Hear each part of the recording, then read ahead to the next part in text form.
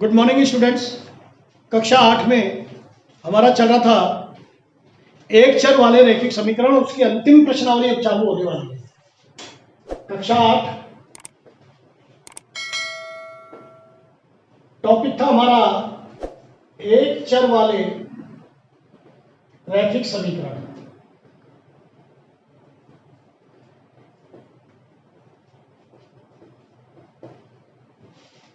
Linear equation in one variable या single variable. Okay, ये हमारी प्रश्नावली चल रही थी। प्रश्नावली 2.5 तक हमारा कंप्लीट हो चुका था।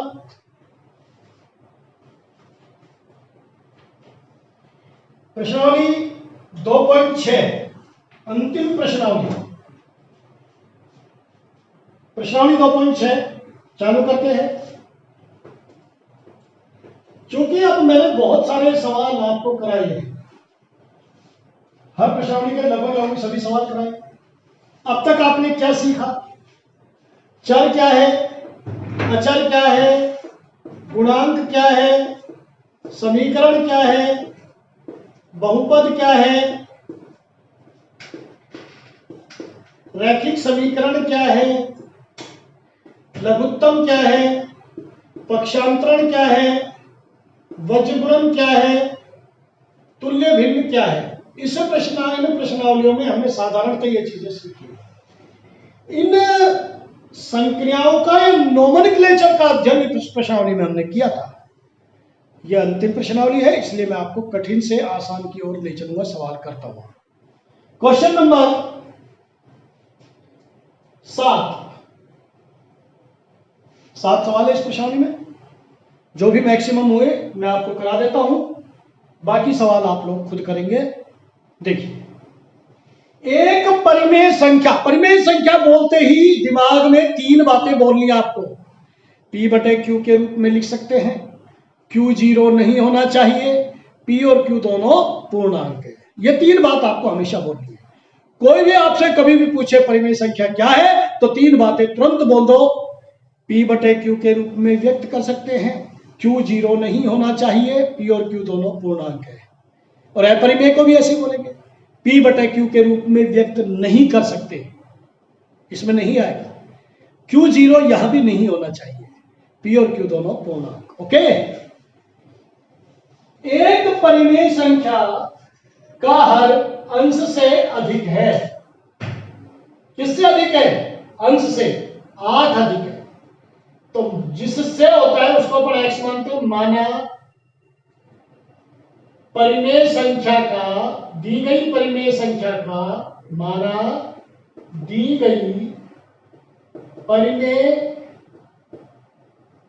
संख्या का अंश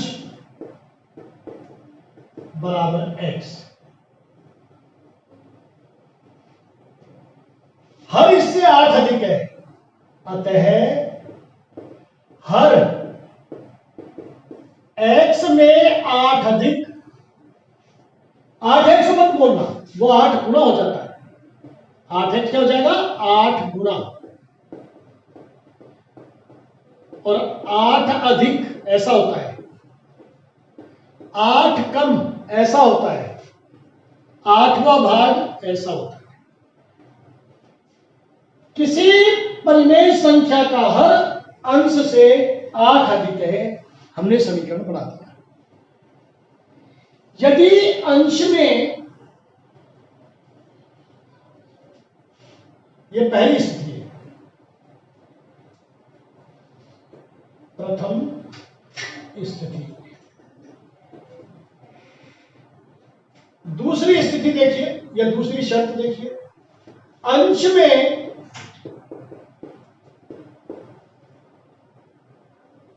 17 जोड़ने पर क्या बनेगा?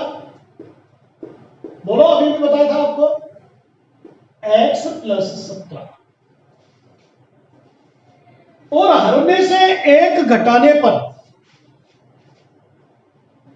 हर में से 1 घटाने पर क्या आएगा? x + 8 -1। आई बात समझ में? यानी कि x + 7। ये कह रहा है अब ये भिन्न 3/2 हो जाती है। यहां लिखेंगे प्रश्नानुसार। किसके अनुसार? प्रश्नानुसार। अंश में 17 जोड़ने पर और हर में से 1 घटाने पर ये 3/2 हो गई। ये बन गई आपकी समीकरण। 1 से लेकर के 5 तक के सवाल इसी फॉर्मेट में ऐसे ही हल होगा। तो देखिए अब क्या करेंगे हम, वज्रगुणा कीजिए। आप किसी भी भाग को दाईं तरफ या बाईं तरफ लिख सकते हैं, तो कीजिए 3x + 21 बराबर 2x + 34। पहले देख लो x किधर ज्यादा आ रहा है, उसको बाईं तरफ लिख लो ताकि माइनस का चिन्ह का ज्यादा यूज नहीं हो। अब क्या करेंगे, चर एक तरफ और अचर एक तरफ। 3x - 2x का पक्षांतरण किया। 34 तो यहां पहले से ही है, 21 को इधर लाएंगे तो ये हो गया पक्षांतरण। क्या हुआ? पक्षांतरण। 3x में से 2x गया, 1x, 1 नहीं 1x, और 21 में से 34 में से 21 गया तो 13। आप लिखेंगे अतः, ये उत्तर नहीं है, ध्यान देना। अतः x क्या माना आपने? अंश आया 13 और हर हो जाएगा x + 8, यानी कि 13 + 8 21। तो वह परिमेय संख्या, इसलिए वह जो आपसे, आप लास्ट का लाइन जरूर देखें क्या पूछा गया है। परिमेय संख्या क्या हुई? अंश बटा हर 13/21। ये उत्तर है, राइट। अगला सवाल देखिए, हरी और हैरी, बहुत सारे सवाल कराए मैंने ऐसे उम्र के।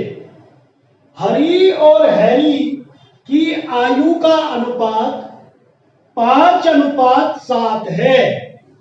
मैं आपसे बार बार कह चुका हूं कि जो भी अनुपात दिया जाए उन अंकों को एग्जैक्ट वही आयु या वही जो दिया हुआ डाटा है नहीं मान सकते।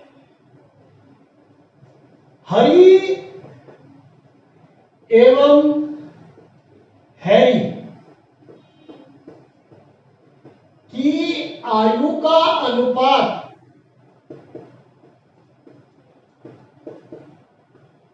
5:7 है। इसका मतलब यह है, हरि की वर्तमान आयु 5 वर्ष, तो इसकी 7 वर्ष। अब इसको 10 से गुणा करो, इसकी 50 वर्ष, तो इसकी 70 वर्ष। 100 से गुणा करो, इसकी 500 वर्ष, तो इसकी 700 वर्ष। 6 से गुणा करो, इसकी 30 वर्ष, तो इसकी 42 वर्ष। तो आप क्या करेंगे, अतः माना हरि की वर्तमान आयु 5x वर्ष एवं हैरी की वर्तमान आयु 7x वर्ष। 5:7 का मतलब यह होता है 4 वर्ष बाद, यह दूसरी स्थिति है प्रश्न की, 4 वर्ष बाद इनकी आयु का अनुपात 3:4 हो जाएगा। तो 4 वर्ष बाद दोनों की आयु निकाल पाएंगे। 4 वर्ष बाद हरि की आयु, अब आप वर्तमान शब्द काम में नहीं लेंगे। 4 वर्ष बाद हरि की आयु क्या होगी? 5x में 4 जोड़ दो, कई बार बताया है। आपकी अभी उम्र 15 साल है तो 5 साल बाद कितनी हो जाएगी? 20। और 5 साल पहले कितनी थी घटा दे। और 4 वर्ष बाद हैरी की आयु क्या होगी? 7x प्लस 4 वर्ष। प्रश्नानुसार यह शब्द आप जरूर काम में लेंगे। इन दोनों का अनुपात 5x प्लस 4 7x प्लस 4। सवाल को यही रोककर आपको एक बात बताता हूं। A 5x B 7x, A का B से अनुपात A अनुपात B बराबर 5x अनुपात 7x, यानी कि A बटा B बराबर 5/7। जिसका बोला जाए वो अंश बनेगा, जिससे बोला जाए वो हर बनेगा। B का A से तो B वाला क्या है 7 और ये हो जाएगा 5। इन चीजों का ध्यान दें, गलती नहीं करें। किसका किससे, तो जिसका होता है वो अंश में जाएगा, जिससे यानी कि जिससे तुलना की जाती है वो हर में आएगा। इन दोनों का अनुपात 3:4 हो जाएगा। मैं बार बार कह चुका हूं 1 से 5 तक के सवाल इस फॉर्मेट में है, इस फॉर्मेट में बस वज्र गुणा करके हल करना है। तो अब हम क्या करेंगे, वज्र गुणा करो। देखो मैं कैसे करता हूं, मेरे को मालूम है यहाँ 20x आएगा और यहां पर कितना आएगा 21x। कोशिश करो जो ज्यादा x होता है, ज्यादा संख्या होती है चर वाली, उसको बाईं तरफ ले लें। 21x plus 12 20x plus 16। क्या करेंगे, पक्षांतरण। चर एक तरफ, किसका पक्षांतरण किया, 20x को इधर लेकर आए तो माइनस हो गया, 16 तो यही रहेगा, 12 को पक्षांतरण किया, ये हो गया पक्षांतरण और ये हो गया वज्र गुणा। ये संक्रिया लिखना अनिवार्य है, इसलिए x बराबर क्या हुआ 4।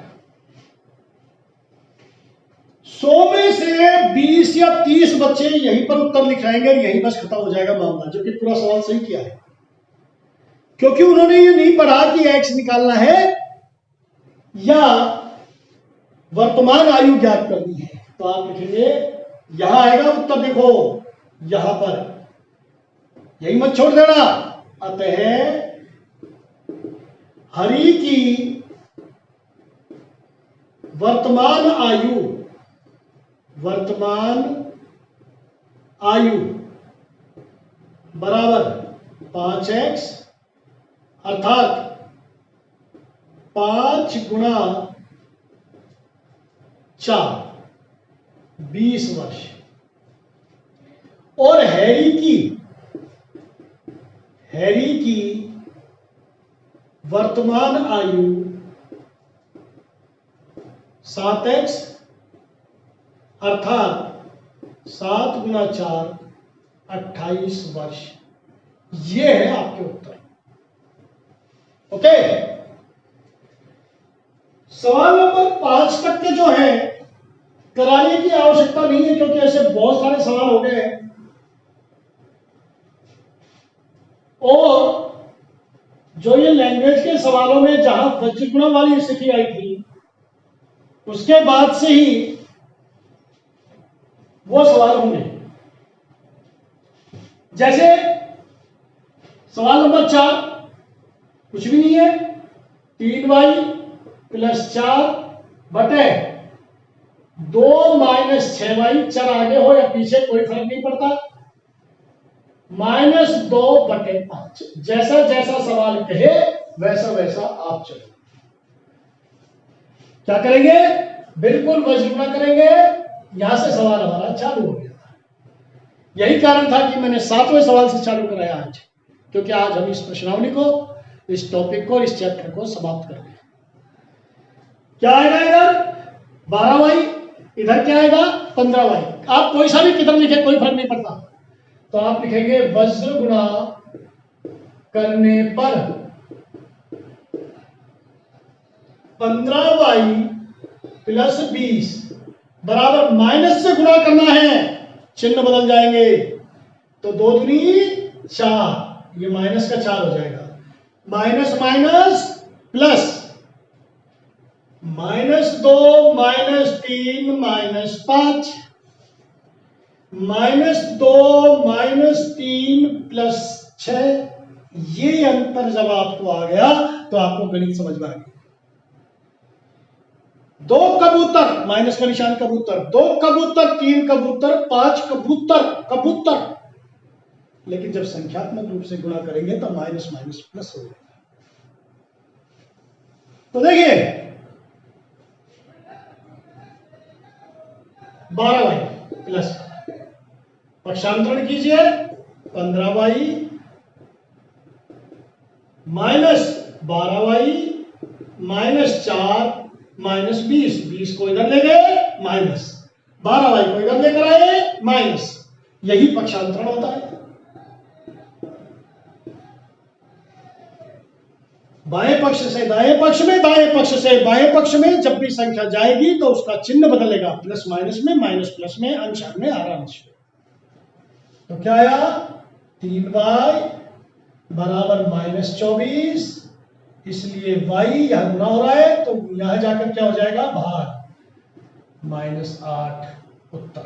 ऐसे सभी सवाल हल हो जाएंगे। 2.6 प्रश्नावली पूरी हुई। Now it is over for today. बाकी सवाल आप स्वयं करें, जो भी सवाल नहीं आए मेरे से पूछ लें। Thank you very much. Okay.